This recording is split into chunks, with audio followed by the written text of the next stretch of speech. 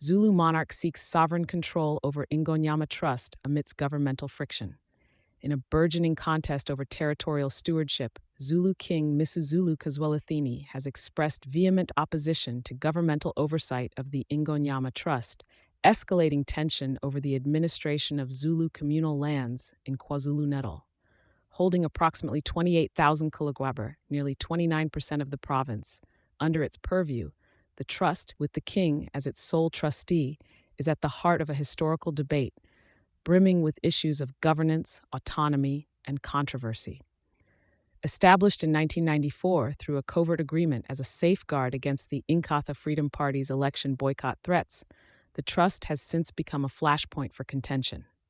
February's assertive dismissal of Chairperson Thanduis Mzimela by King Misuzulu and subsequent personal resignations have spotlighted the unstable dynamics within. Representing the Zulu nation, Prime Minister Thulasizwe Buthelezi stood firm on the king's decision to lead, with an intent to bolster AmaZulu traditional leader roles, yet deflecting governmental inquiries plainly to KwaZulu-Natal Premier Thami Ntuli. King Misuzulu's stance is clear. He wants unfettered control over the land, seeing the Department of Land Reform and Rural Development's regular audits as an unwelcome intrusion.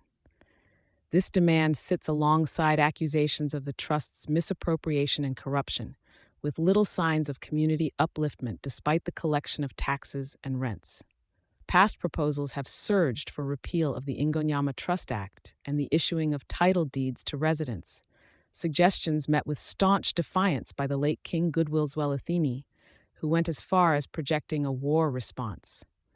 The current king does not mince words, charging the government with attempts to diminish Zulu sovereignty and traditional authority.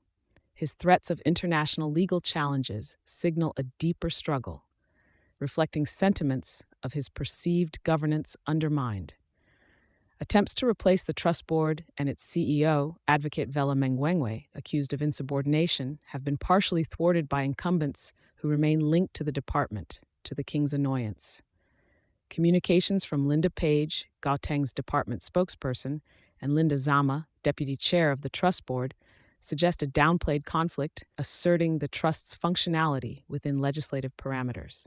Jerome Ngwenya, removed from the chairperson position yet still commanding Ingonyama Holdings, the financial body of the trust, remains unreachable, cloaking the affairs in opacity.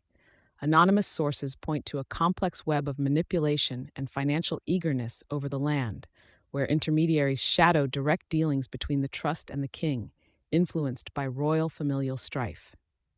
This saga of governance, traditional rights, and land inclusivity continues to unfold, focusing a national lens on the balance between ancestral dominion and state responsibility.